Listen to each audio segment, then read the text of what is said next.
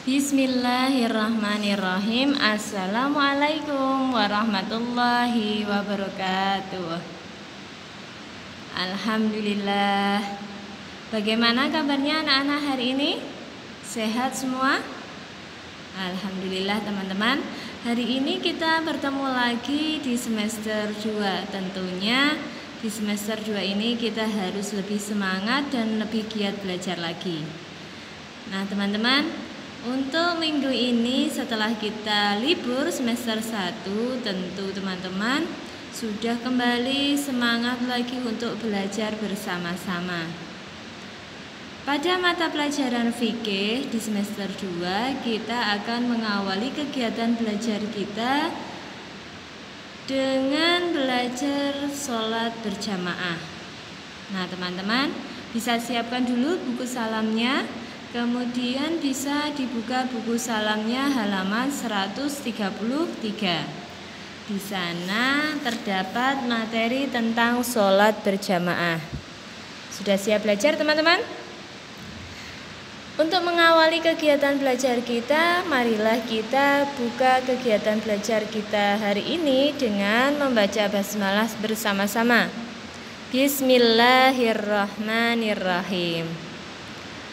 Alhamdulillah, kita sudah mengawali dengan membaca basmalah. Semoga Allah meridhoi kegiatan belajar kita hari ini, sehingga kita diberi kemudahan dalam belajar dan menuntut ilmu. Nah teman-teman, silahkan dibuka bukunya halaman 133 tentang sholat berjamaah. Nah sebelumnya Bu Ima ingin bercerita sedikit mengapa kita hari ini belajar tentang sholat berjamaah. Tentu harapannya adalah teman-teman terbiasa untuk melaksanakan sholat berjamaah. Sholat berjamaah bisa dilakukan di mana saja, dilakukan di rumah, bisa dilakukan di sekolah, juga saat kita bepergian misalnya. Usahakan selalu melaksanakan sholat berjamaah. Karena apa? Salah satu keutamaan melaksanakan sholat berjamaah yaitu kita akan mendapat pahala yang lebih besar daripada sholat sendirian. Nah, sekarang kita mulai yuk kegiatan belajar kita tentang sholat berjamaah. Kita akan mengawali dengan membaca pengertian sholat berjamaah. Teman-teman tahu kan apa itu sholat berjamaah? Sholat berjamaah adalah sholat yang dikerjakan secara bersama-sama, yang dikerjakan oleh 2 orang atau lebih. Dalam sholat berjamaah dipimpin oleh seorang imam yang diikuti oleh makmum. Tadi sudah disebutkan ya teman-teman, dalam sholat berjamaah itu paling sedikitnya dikerjakan oleh 2 orang. Jadi dalam melaksanakan sholat berjamaah, 1 orang menjadi imam, yang lainnya menjadi makmum. Teman-teman sudah tahu kan apa itu imam dan apa itu makmum? Imam adalah orang yang memimpin sholat berjamaah, sedangkan makmum adalah orang yang mengikuti gerakan imam dalam sholat berjamaah. Yang namanya imam adalah seorang pemimpin sholat berjamaah. Yang namanya pemimpin itu selalu berada di barisan paling depan. Begitu juga dengan imam. Imam adalah pemimpin sholat berjamaah, sehingga ia selalu berada di barisan paling depan. Sedangkan makmum adalah pengikut gerakan imam. Yang namanya pengikut itu letaknya, tempatnya berada di belakang imam.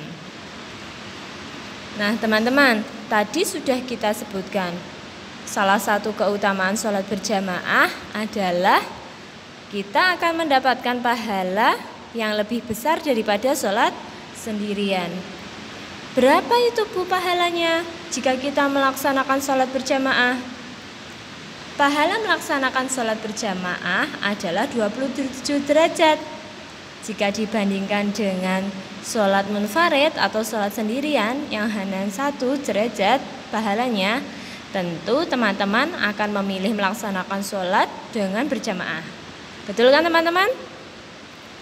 Nah, seperti hadis yang diriwayatkan oleh Bukhari, Ani Ibnu Umar qala Rasulullah sallallahu alaihi wasallam, sholatul jama'ati tafdulu sholatul fardhi bisab'in wa ishrina darajah. Yang artinya, Ibnu Umar berkata, Rasulullah sallallahu alaihi wasallam bersabda, sholat berjamaah itu lebih utama dibandingkan sholat sendirian dengan pahala 27 derajat. Nah teman-teman, bagaimana? Sekarang kalian sudah tahu kan keistimewaannya sholat berjamaah? Nah mulai sekarang yuk kita biasakan diri kita sendiri, mulai dari diri kita untuk selalu melaksanakan sholat dengan jamaah. Kita bisa ajak adik kita bisa ajak ayah atau bunda untuk melaksanakan sholat berjamaah. Selanjutnya teman-teman, kita buka bukunya halaman 134. Kita akan melanjutkan kegiatan belajar tentang ketentuan sholat berjamaah. Tadi sudah kita baca bahwa yang namanya sholat berjamaah itu paling sedikit dikerjakan oleh 2 orang, yang dipimpin oleh seorang imam dan yang lainnya menjadi makmum. Menjadi seorang imam itu tidak mudah teman-teman, harus ada syarat-syarat yang harus dipenuhi. Nah sekarang kita belajar syarat menjadi imam. Yang pertama adalah sehat akalnya. Artinya orang yang menjadi imam tidak boleh gila, dia harus bisa berpikir, ya, harus sehat akalnya. Yang kedua, menjadi imam harus fasih dalam membaca Al-Quran. Karena dalam sholat kita juga diminta untuk membaguskan bacaan Al-Quran kita. Yang ketiga, syarat menjadi imam adalah mengetahui tata cara mengerjakan sholat dan dapat melakukannya. Nah ini teman-teman, menjadi imam itu harus tahu bagaimana cara mengerjakan sholat dan bagaimana cara melakukan sholat itu. Karena sholat dikerjakan dengan aturan-aturan tertentu, tidak boleh seenaknya, ya. Harus urut mulai dari membaca niat, kemudian takbiratul ihram, kemudian membaca Al-Fatihah, surat pendek, dan gerakan selanjutnya yaitu adalah ruku, i'tidal, kemudian sujud, duduk di antara 2 sujud, kembali sujud yang kedua, dan diakhiri dengan tasyahud dan salam. Menjadi seorang imam harus tahu seperti itu. Jika tidak, maka sholatnya tidak sah. Karena rukun-rukun sholat harus dikerjakan dengan urut. Yang keempat, menjadi imam itu harus mengetahui hukum yang berkenaan dengan sholat. Ada hukum apa saja, Bu? Nah, teman-teman sudah tahu kan? Sebelum kita mengerjakan sholat, kita harus mengkondisikan diri kita selalu dalam keadaan suci. Artinya kita harus bersuci dulu sebelum melakukan sholat. Kita harus berwudu, kemudian menjaga tempat yang untuk kita gunakan sholat harus suci, tidak boleh terkena najis. Menjadi seorang imam harus tahu syarat-syarat seperti itu. Kemudian syarat sahnya sholat, rukun sholat, dan hal-hal yang membatalkan sholat itu apa saja. Imam juga harus tahu. Nah, teman-teman, untuk menjadi seorang imam, kita harus tahu hukum yang berkenaan dengan sholat. Syarat wajib sholat itu ada apa saja, seperti yang sudah kita sebutkan tadi ya. Kemudian syarat sahnya sholat itu harus bagaimana? Salah satunya adalah harus menutup aurat. Lah kalau imamnya saja ketika memimpin sholat terlihat auratnya, bagaimana dengan makmumnya, ya kan? Untuk selanjutnya teman-teman, menjadi imam, syarat yang berikutnya adalah 1. Harus laki-laki. Jika imamnya perempuan boleh Bu? Boleh, tetapi makmumnya juga harus perempuan. Imam perempuan hanya untuk makmum perempuan. Orang yang tidak boleh menjadi imam salah satunya adalah perempuan jika di belakangnya terdapat makmum laki-laki yang balik atau sudah dewasa. Ini adalah orang yang tidak boleh menjadi imam. Yang kedua, orang yang tidak boleh menjadi imam lagi yaitu orang yang tidak bisa membaca Al-Quran dan dia tidak mempunyai pengetahuan tentang sholat. Nah, ini kan tidak termasuk syarat-syarat menjadi imam ya. Jadi harus hati-hati teman-teman, karena imam adalah pemimpin sholat yang nanti akan memimpin rombongan untuk melakukan sholat. Harus kita perhatikan supaya sholat kita diterima oleh Allah. Selanjutnya teman-teman, setelah kita belajar dan tahu apa itu syarat menjadi imam, menjadi seorang makmum juga ada syarat-syaratnya. Yang pertama, yaitu harus berniat mengikuti imam, ya, mengikuti gerakan sholat dan mengikuti imam. Jika imamnya sudah siap melaksanakan sholat, maka kita juga harus segera mengikutinya. Siap, sudah membentuk shaf, ya, rapi barisan shafnya sudah rapat dan lurus. Nah, baru kita mengikuti gerakan imam. Yang namanya makmum adalah pengikut imam, jadi tidak boleh mendahului imamnya. Kalau makmum mendahului imam, maka nanti sholatnya tidak sah ya, itu akan membatalkan rukun sholat. Yang kedua, menjadi makmum harus berada dalam satu tempat dengan imam. Jika imamnya itu sholatnya di Solo, maka makmum juga harus berada dalam kota Solo. Itu pun masih dipersempit lagi. Jika sholatnya di masjid imamnya, maka yang disebut makmum juga harus berada di masjid. Gitu nggih? Kemudian yang ketiga, syarat menjadi makmum adalah yaitu laki-laki dewasa tidak sah jika menjadi makmum dari imam seorang perempuan. Tadi sudah disebutkan ya. Salah satu orang yang tidak boleh menjadi imam adalah perempuan yang di belakangnya terdapat makmum laki-laki yang sudah balik atau dewasa. Kalau perempuan menjadi imam, maka makmumnya harus perempuan. Kemudian yang keempat, jika imam batal, maka seorang makmum harus maju ke depan menggantikan imam.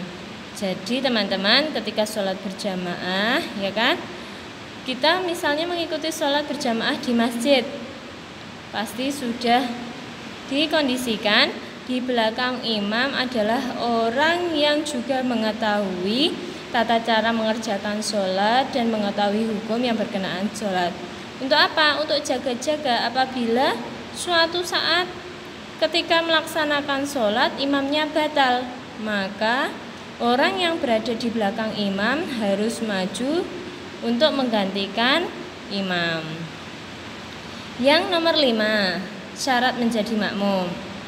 Jika imam lupa jumlah rakaat atau salah gerakan sholat, maka makmumnya harus mengingatkan. Ya, jika imamnya lupa, makmum harus mengingatkan. Wajib ini hukumnya, mengingatkan imam yang lupa jumlah rakaat sholat atau salah gerakannya.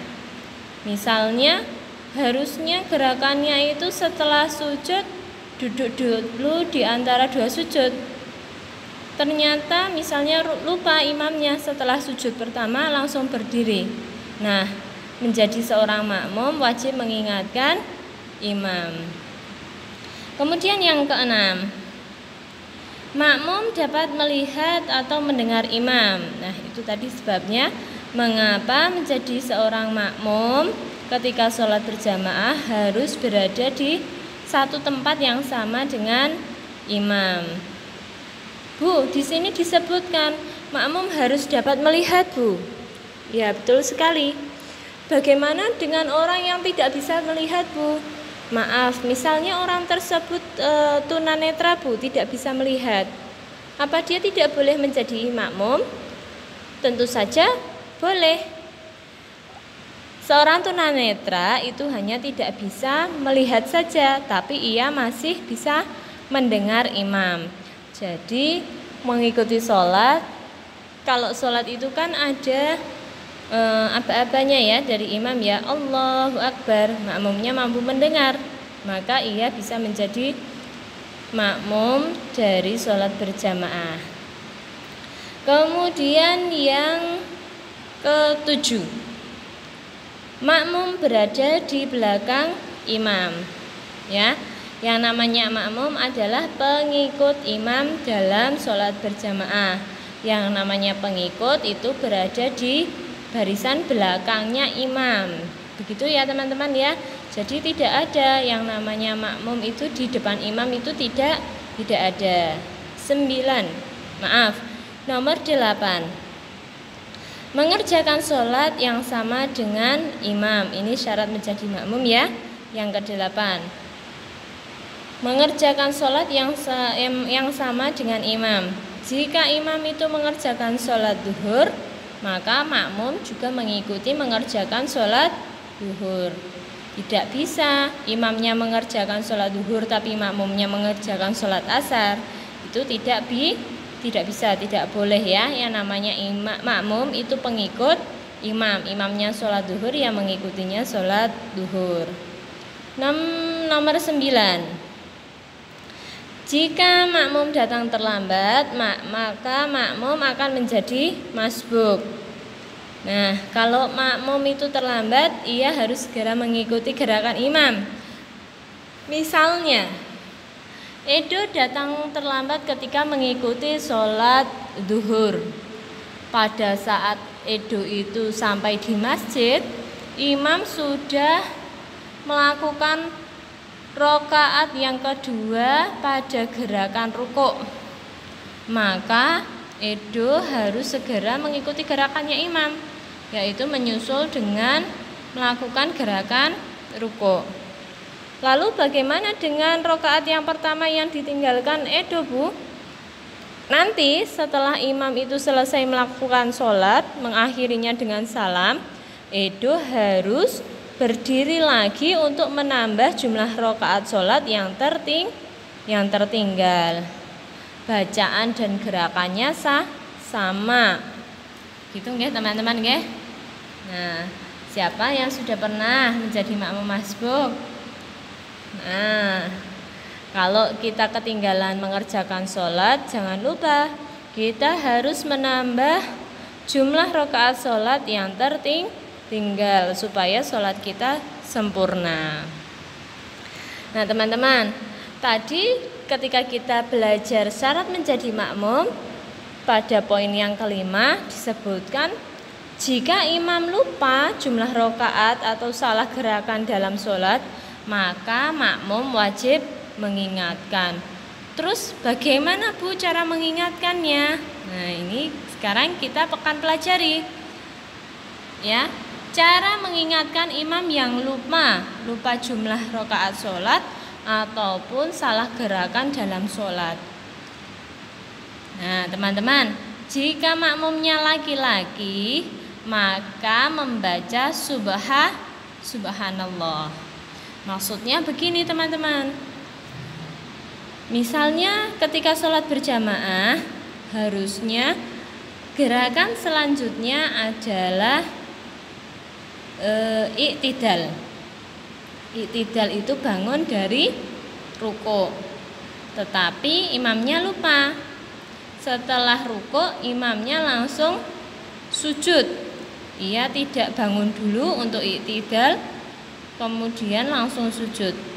Sebagai makmum laki-laki harus mengingatkan dengan membaca subhanallah. Nah, begitu nanti imamnya akan merasa, loh, kenapa makmum itu membaca subhanallah? Berarti ada yang salah dengan gerakan sholat yang aku kerjakan. Nah, begitu ya teman-teman. Lalu bagaimana jika makmumnya perempuan, Bu? Cara mengingatkan imam yang lupa. Seorang makmum perempuan bisa mengingatkan imam yang lupa dengan cara menepukkan punggung tangannya 2 kali. Nah, punggung tangan teman-teman tahu? Punggung tangan itu adalah kebalikan dari telapak tangan kita. Nah, ditepukkan 2 kali. Jika nanti imamnya mendengar, itu kok ada yang tepuk ya, bukan tepuk tangan ya, tapi menepukkan punggung tangan sebanyak 2 kali.